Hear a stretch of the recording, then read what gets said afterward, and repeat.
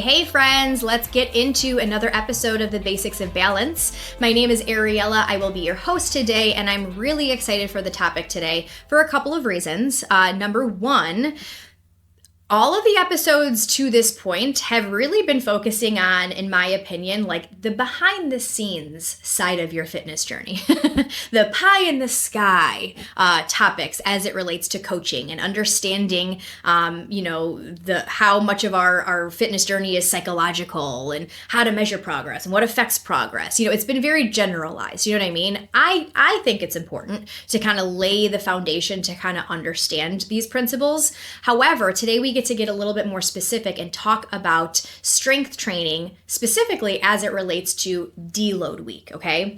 And the reason is, which is also the second reason that I'm excited for this topic, is this is a suggestion from somebody who follows me on Instagram, okay?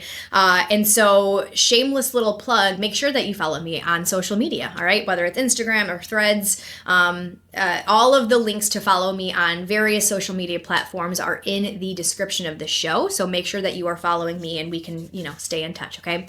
But this is a topic suggestion from somebody who follows me. And so I think it's also really appropriate because the Train With Me membership that I offer is currently doing exactly this, and that is deload week, okay? So at the time that I am recording this episode, they are going through a deload week. My individual clients, they also go through a deload week, and today we are talking about a deload week because, man, it's important, you guys.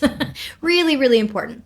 And so I'm going to read to you what this person wrote so that we have some frame of reference, but we're going to talk today about deload week. That kind of forces us to talk about some training intensity and also just talking about recovery and whatnot as it relates to getting stronger. Okay, so this person wrote, I would love an episode on how to go through a deload week. I just finished a 12-week strength training program, so now I am wanting to give my body and cortisol levels some time to rest. I want to maintain my progress though, so would love some tips for how to properly do that. And so that kind of forces us to, first of all, understand that when we are following a structured strength training program that follows progressive overload principles, we are doing the same exercises for weeks at a time with the intention of lifting more weight over time, okay? So with each week that we do the same workout, we are, number one, getting better. We are improving, right? So our form is improving, our range of motion is improving, we are feeling more comfortable. And as a result of feeling more comfortable, because we are practicing that same exercise over and over and over again, we are getting stronger. Our muscles, our body can handle more, and therefore we lift heavier weight over time, okay? Lifting heavier weight is not necessarily just like beating your chest and like, how heavy can I go? The goal is to lift more weight over time. However, there are also some exercises like lateral raises that you just can't seem to increase your weight. You know what I mean? But all of that to say, when you are trying to get stronger, when you are trying to build muscle or preserve muscle, it's really important that we are lifting heavy enough in order to stimulate the muscle, to break down the muscle, to, get the muscle stronger, things like that, okay? And so, as you can imagine, when you are trying to get stronger and when you are lifting more weight over time, you are pushing yourself, right? Every single week, you are pushing your limit. And so it makes sense then that we need to understand the benefit and importance of taking a deload week every now and then, okay? Strength training is only part of the equation as it relates to getting stronger and building muscle. I argue that recovery, what you do after that workout, is a little bit more important. Sure, of course, we need to lift weight, right? That's how we stimulate the muscle. That's how, things start, muscle protein synthesis, right? However, at the end of the day, if you are not following up that lift with enough food to recover, enough protein to recover, enough sleep to recover, and enough rest days to recover, well, we're not gaining the full benefit of that strength training session. See what I'm saying? So like the recovery side of strength training is massively important, okay? And as we've talked about in the past, your body is, first of all, incredible. It is adaptable. It will do the best with what we give it, right? With what it has. However, it can only do the best with what we give it, with what it has, okay? And if we are constantly pushing the limit, but we are not also following up that effort with taking it down a notch, that's really when we risk injury, and that injury is going to set us back. And so that's just not great, okay? And so it's important to understand when we are following a strength training program, we have to make sure that we are bringing the intensity, okay? It is not enough to just lift weights. Lifting weights is an extremely vague term. You can have the quote unquote perfect program, the most optimal program to reach whatever goal you're chasing, right? But if you are not lifting heavy enough in that program, if you are not bringing the intensity, you might feel like you're spinning your wheels. You might not see the changes that you thought you were going to see. And really, it had nothing to do with that program. It was because you did not lift heavy enough. And oftentimes, we can handle way more than we realize. And there are some things that I personally do to help us get better acclimated with what it feels like to lift heavy enough, right? To lift with enough intensity, to know that you are pushing yourself, okay? And so one of the ways that I try to coach this is I use rep ranges in my programming. And when we use a rep range, we do not want to hit the top rep range. So a rep range would be, a rep range of 8 through 10. So 8 reps, 9 reps, or 10 reps, okay? And so we don't want to hit 10 reps. Many people, they want to max their reps out, okay? I think it's a psychological thing, an ego thing, where it's like, nope, I want to max my reps out. But really, we don't want to max our reps out. We want to fall at the bottom to the mid rep of every single set. And if we hit that top set, if we max out our reps, that's actually a cue that we can and should be able to handle more, okay? And so it's almost like a self-test, if you will. It holds you accountable to say, okay, listen, I have hit the top rep on every single exercise this week. Okay, that means next week, I want you to try to lift more weight, okay? And lifting more weight is not significant. It's 2.5 to 5 pounds, depending on the muscle group, right? Unless it's lateral raises, then you were just stuck at that weight for the rest of your life. But all of that to say, that's kind of a way that we self-gauge and monitor, am I going heavy enough, okay? Also, do you need rest time in between your working sets, all right? So if you get to the end of your set and, the rest timer, pops up and you don't feel like you need all of that rest, well, that's a sign you're not going hard enough, So there's a couple of ways that, we can kind of self-gauge depending on, the program you're following and, their principles and whatnot.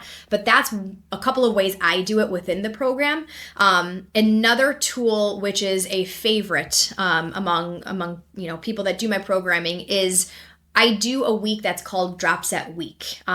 Because here's the thing, your perception of what's hard matters. And if your goal is to try to bring the intensity and really push yourself, but if you think you're pushing yourself when really you got a lot more juice in the tank that you're withholding, but you don't realize you're withholding, right? Because your perception is, nope, I'm going big. Well, that's going to create some issues, right? That's going to give you a false sense of, no, I'm really pushing, when in reality, we're not. You know what I mean? And that's what leaves us feeling like we're on a treadmill. That's what leaves us feeling like I lifted weights, but nothing happened. You know what I mean?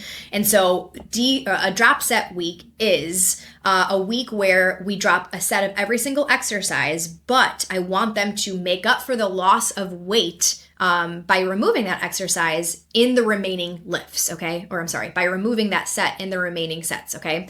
So you only have 2 sets instead of 3, but I want you to increase your weight on those 2 sets to make up for the loss of weight lifted by removing the set. See what I'm saying?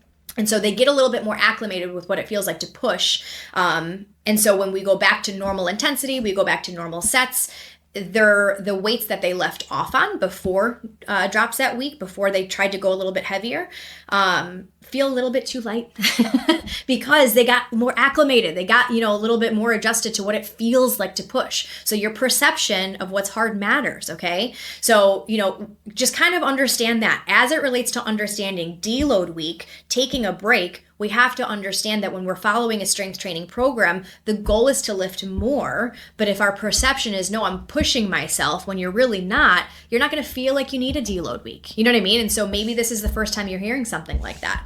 And so all of that to say, as it relates to understanding how important recovery is, right? And why, and that's where deload week comes into play.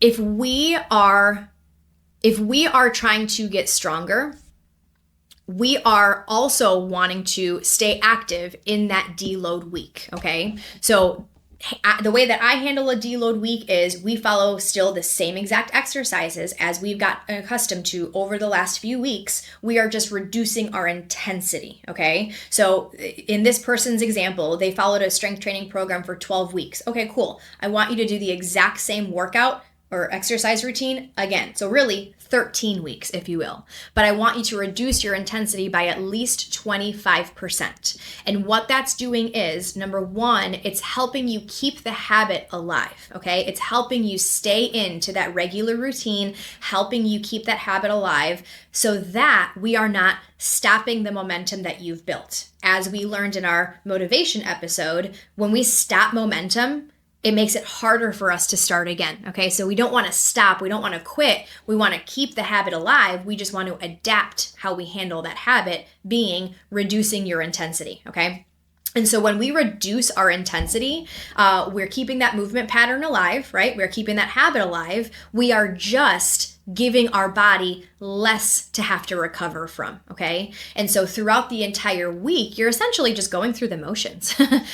You might not even need, the rest time between sets. You might not even feel like you need the rest days, right? But the idea is we are still staying active, right? Because staying active is part of living a healthy and balanced lifestyle. But we are giving our body an opportunity to recover. We are giving our body an opportunity to get its head above water and really make sure that all of our ligaments, all of our tendons, all the nooks and crannies are recovered, okay? So that we can show up that much stronger for the next program, right? Or the next workout, recovery in general, okay? As it relates to deload week specifically, I oftentimes suggest to continue eating the exact same as if you were to just have a regular week, okay? And the reason is, first of all, this is kind of talking about the relationship between training and nutrition. However, it's really important to understand that when we are eating enough food, we are giving our body the right amount of nutrients to recover from that exercise, right? Working out doesn't get us stronger, guys. It's what we do outside of that exercise that gets us stronger, okay? And working out, that technically makes us weaker if we are not replenishing with eating enough food, with eating enough protein, with sleeping enough, yada, yada, yada, then we are not necessarily getting stronger, okay? So as it relates to deload week, if the goal is to recover, if that's the whole entire point, well, we don't want to reduce our calories, right? You might not be pushing as much, but the quote unquote extra food that you would be eating is going to help promote that recovery, the whole entire point of your deload week, And so we really want to make sure we are letting our body have a little bit of a little, why do I keep saying that? We're letting our body have a little bit of a break, but we are also not withholding some of that support. We're not withholding some of that fuel that's promoting that recovery, okay? Deload week is also a fantastic week to, catch up on your steps, to catch up on maybe other style of training like yoga or, similar stretching, if you will, Pilates, stuff like that. If you are following a program, they are hopefully giving you some of that guidance as well, okay? But as it relates to that deload week, it's just really important that we understand, you should feel like you need a deload week if you really are pushing yourself enough, okay? I hope that was kind of helpful just to kind of go over some of the reasoning as to why you might want to consider taking a deload week, especially if you are following a strength training program, and especially if your goal is to get stronger and or build muscle, okay? As it relates to, when this person says, I want to maintain my progress So I want those tips. Understand that sometimes we have to take a step back in order to maintain progress. Sometimes we have to take a step back in order to see more progress, okay? And so that's why we appreciate rest days. We appreciate rest timers between sets. We appreciate weeks like Deload week that allows us to take it down a notch, right? To catch our breath, to get our head up above water, help our body recover, so that we can continue to show up, so that we can maintain our progress without having a setback like an injury, right? Like doing too much without accommodating, hey, my body needs to recover, so that we can make more progress. If we are not recovering, then we're not really lifting to our true potential. We're not giving our body enough time to do what we want it to do, right? And so those are also kind of a few tips as to how to handle a deload week, really trying to make sure that if we are pushing ourselves, 1 day a week, whether it's every 6 weeks or whether it's every 12 weeks, really trying to take it down a notch by at least 25%, okay? Continuing the same movement patterns, not stopping the habit, and the workouts will take less time, of course, and you won't push as hard, continuing to eat the same amounts of food so that you're promoting that recovery, really focusing on, sleeping well, hydrating, things like that, right? But I also do want to kind of talk about some signs that you might need a deload week, some signs that you might even just need a rest day, because I think the fitness industry is doing a lot better in terms of not thinking as much of no pain, no gain. Rest days aren't good. You got to work out 6-7 days a week if you want to see progress. At least I hope that's the case. That's from my point of view, what I'm seeing online and, when I'm talking to people and things like that. And so if that is something new to you, welcome. It doesn't have to be like that. We get rest days. We appreciate our rest days. And if we still want to do something on our rest days, that's when we go for a walk. That's when we still stay active with other forms of activity. Okay. But some signs that you might be overtraining, some signs that your body might be struggling, some signs that you might need to take a rest day and or a whole deload week, right? Number one would be if you are just so tired, if you are fatigued, if you are lethargic. I oftentimes consider or relate to this as if you feel like you got hit by a truck. You're waking up, your muscles, your body just feels heavy, right? When you're walking, your legs just feel heavy. Things are just moving slowly. You're just tired. You're just, when you're fatigued like that, when you're lethargic, something is wrong. That is not something to just ignore.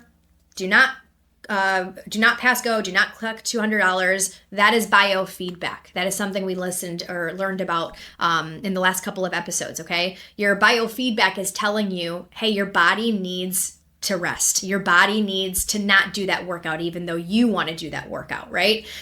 Your body needs to take things down a notch, okay? So if you are having, some times where you're feeling lethargic, where you're feeling like you got hit by a bus, hey, you might want to consider taking an extra rest day or two or taking a deload week, okay? If you cannot increase your weight, relatively speaking, if you are stuck at the same weight of the same exercises week after week after week, and you just simply cannot lift more weight, you might want to consider taking a deload week, right? If your body can't get stronger, then we need to look at your recovery, right? We need to look at not necessarily just keep going, one day it'll happen. And instead we need to look at, are you recovering enough? Okay. Because if you're not recovering enough, you're not going to be able to get stronger. And so if you can increase your weight week after week after week, that's a sign. Those who are in a caloric deficit, so those who are chasing fat loss or weight loss as their primary goal, we really want to make sure that you are taking a deload week every 6 weeks, every 12 weeks, every, set period of time. Okay. Because working out is stress on your body and a calorie deficit is stress on your body. And again, not all stress is bad. Working out stress is not bad, but we don't want to put too much stress on our body to tip the stress scales in the wrong direction to now have a big old hole that you got to climb out of, okay? Such as, dealing with, longer periods of stress and your body just starting to kind of break down.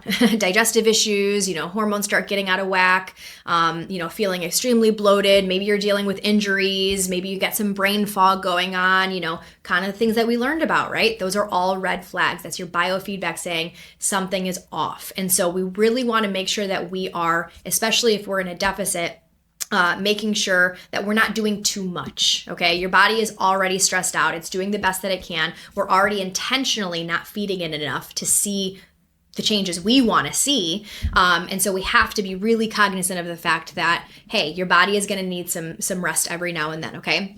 But I also want to kind of circle back to what this person said as it relates to, I want to give my body and cortisol levels some rest. I really genuinely love that you included this context. And so thank you for that, because this really allows for an opportunity to kind of piggyback off of what we talked about last week, such as when we are practicing a few basic habits, a few basic foundational, fundamental, healthy habits, we are from a big picture, from a big bird's eye view, making sure that we are as healthy and living as balanced as possible, okay? Meaning, if we are getting enough quality sleep every single night, if we are staying hydrated, if we are eating enough food and the right balance of that food, so making sure that we're getting in enough protein, carbs, fats, fiber, stuff like that,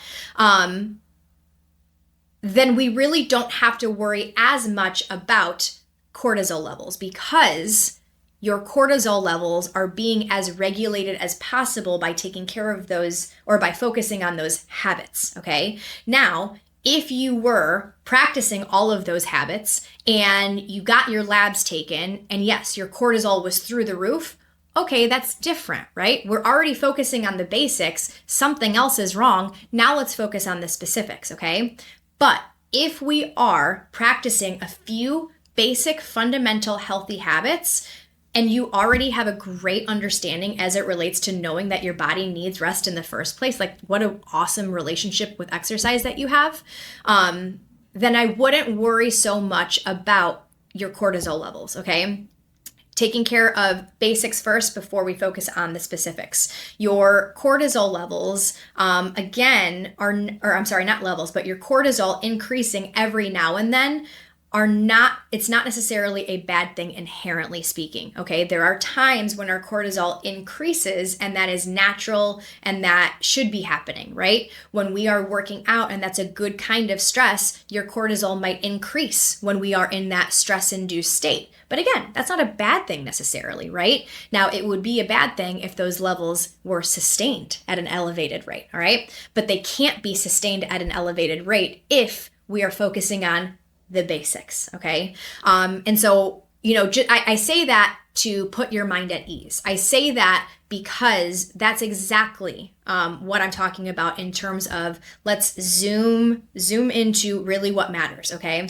And so I hope that was a helpful explanation for you as it relates to, deload week and, how to implement that, some tips on, and why the whole cortisol thing might not be as big of a deal as we think it might be. And because we oftentimes see that information online, and hey, that's part of the information age, if you will, okay? That's part of the conversation online.